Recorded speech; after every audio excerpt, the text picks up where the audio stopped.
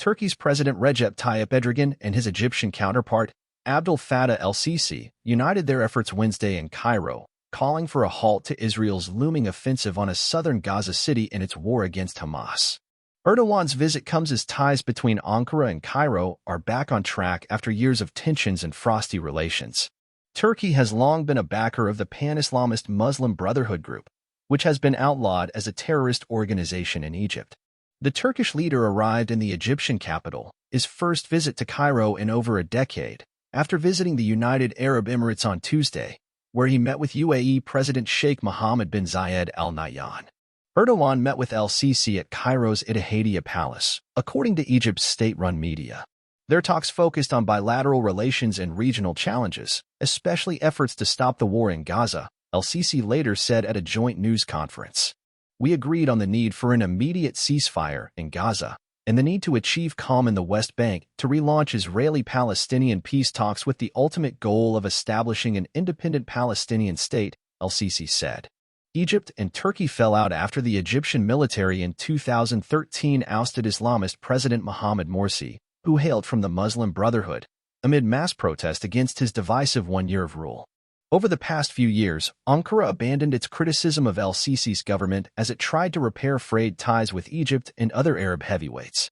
In November 2022, Erdogan and el-Sisi were photographed shaking hands during the World Cup in Qatar.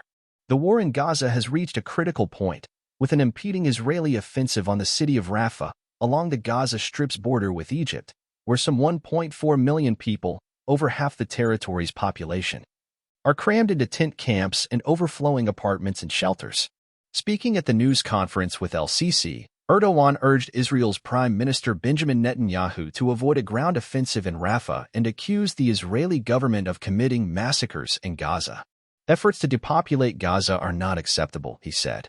Egypt is concerned that a ground assault on Rafah would push hundreds of thousands of displaced Palestinians across the border and into Egypt's Sinai Peninsula. It has threatened to suspend the country's decades-old peace treaty with Israel. Egypt, together with Qatar and the United States, a key Israel ally, has been working to try and broker a ceasefire and the return of the remaining 130 hostages held by Hamas, around a fourth of whom are believed to be dead. The negotiators held talks in Cairo on Tuesday, but there were no signs of a breakthrough. The war began with Hamas' assault into Israel on October 7th, in which the militants killed about 1,200 people, mostly civilians, and abducted around 250. The overall Palestinian death toll in Gaza has now surpassed 28,000 people, according to the health ministry in Gaza, and a quarter of the territory's residents are starving. Before the region is exposed to harsher threats, we need to stop the massacre in Gaza now, Erdogan said at the World Government Summit in Dubai on Tuesday.